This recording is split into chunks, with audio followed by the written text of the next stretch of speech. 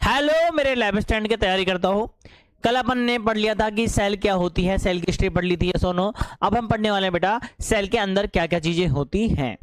मैंने कल एक सेल को अपने बिल्डिंग से कंपैरिजन किया था, ये सुनो, आपके घर से कंपैरिजन किया था, ये सुनो।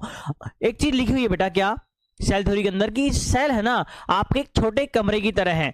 जैसे एक कमरे के अंदर बहुत सारी चीजें होती हैं, उस सबका इंडिविजुअल फंक्शन होता है, यस और नो। आपके बेड का आपको सुलाने का फंक्शन है, यस और नो। टेबल का बैठने का, कुर्सी का बैठने का, कंप्यूटर का चलने का, पंखे का चलने का, हवा देने का, यस और नो। यानी जो कमरे में जितने भी ऑब्जेक्ट रखे हुए हैं बेटा, सबका एक पर्टिकुलर क्या बेटा फंक्शन है। ठीक वैसे ही हमारी सेल के अंदर जितने भी छोटे छोटे ऑर्गेनल्स हैं, सबका इंडिविजुअल कार्य काम बटा हुआ है, यस और नो। सबका काम बटा हुआ है।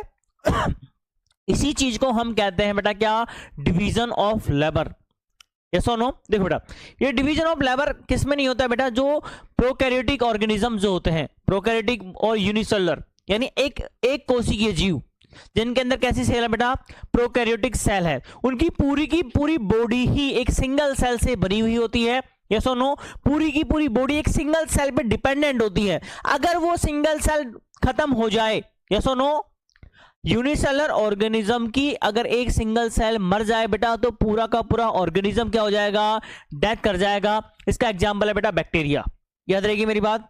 और यूकैरियोटिक मतलब होता है कि इवोल्व वाली सेल, यस और नो, जिसके अंदर सारे के सारे सेल ऑर्गेनल्स का काम बटा हुआ है और अपना अपना काम वो कर रहे हैं, यस और नो। मेरे पास बहुत सारी सेल है, मैं बेटा मैं कैसा हूं, मल्टी सेलुलर ऑर्गेनिज्म हूं।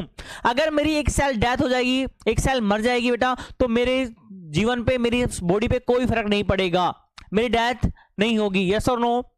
आपने बहुत सारे इंसान या जानवर देखे होंगे जिनके पांव कटे हुए हैं, हाथ कटे हुए हैं, उनके कुछ हुआ क्या, नहीं हुआ ना, यस और नो।